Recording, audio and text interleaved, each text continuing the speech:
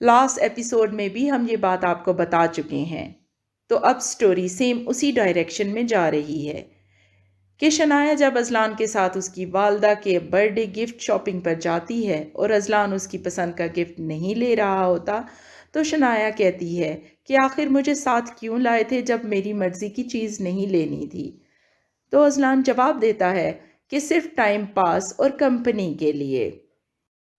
جب شنایا اس کا جواب سن کر ناراض ہوتی ہے تو ازلان اس کو راضی کرنے کے لیے اس کی پسند کا گفٹ ہی لے لیتا ہے۔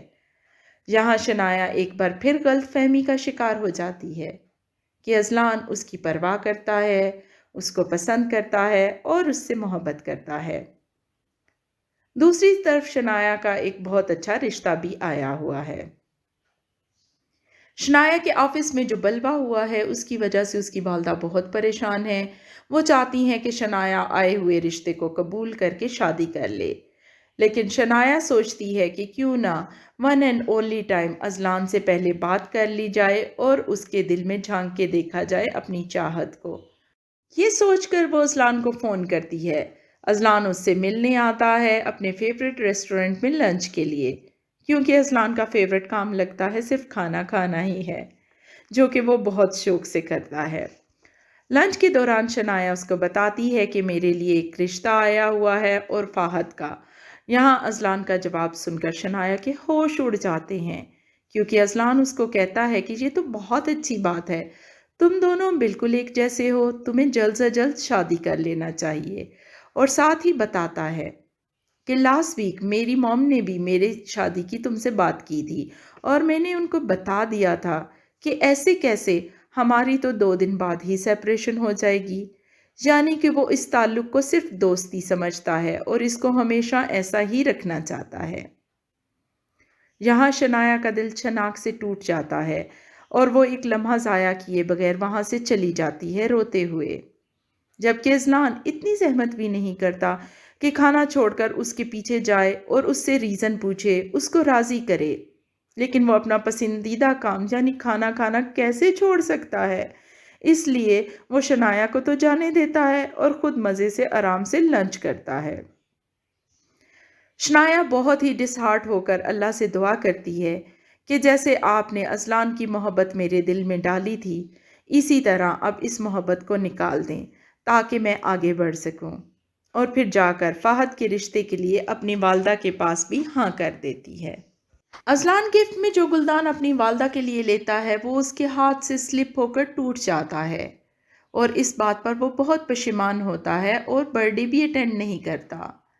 وہ اتنا افسردہ ہوتا ہے کیونکہ یہاں وہ خود کو بلیم کر رہا ہوتا ہے کیئرلیسنس اور مس ہینڈلنگ کے لیے، جو کہ شو کرتا ہے کہ وہ مسٹیکس اور کیئرلیسنس کو ناپسند کرتا ہے، اور ازکا پر بھی غصے کی یہی وجہ تھی کہ اس نے پرفیوم اور کھانا غلطی کی وجہ سے خراب کیا اور توڑا۔ ازلان کے خیال میں انسان کو پرفیکٹ ہونا چاہیے، بالکل فلالیس ہونا چاہیے، اسی لیے وہ خود کو بھی ایک پرفیکٹ انسان سمجھتا ہے، جو کہ وہ بالکل بھی نہیں ہے۔ یہاں تو وہ ڈرامے میں ایکٹنگ بھی پرفیکٹ نہیں کر پا رہا، ایک ہی سٹیٹک فیس ہے اس کا پورے ڈرامہ میں۔ یہ اس کے پرسنالٹی ٹریٹ تھی جس کا ذکر ازکا نے شنایا کی ملاقات میں بھی کیا تھا کہ ازلان خود کو زمین پر خدا سمجھتا ہے۔ نیکسٹ ایپیسوڈ کے پرومو میں ہم دیکھتے ہیں کہ شنایا کی شادی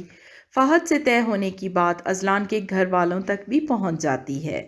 اور ازلان کو جب یہ پتہ چلے گا کہ شنایا اس کو اب ٹائم نہیں دے رہی اور سچ میں شادی کسی اور سے کرنے جا رہی ہے، ازلان صرف اس لیے کہ اب اس کے ارد گرد اور قریب کوئی نہیں ہوگا شنایا کے جانے کے بعد، ایسے میں وہ شنایا کو کھونا نہیں چاہے گا، وہ شنایا کو پرپوز کر دے گا۔ یہاں پر شنایا جو پہلے ہی اس انتظار میں تھی کہ کسی بھی طریقے سے ازلان اس سے شادی کر لے تو وہ آگے بڑھ کر ازلان کا ہاتھ تھام لے گی،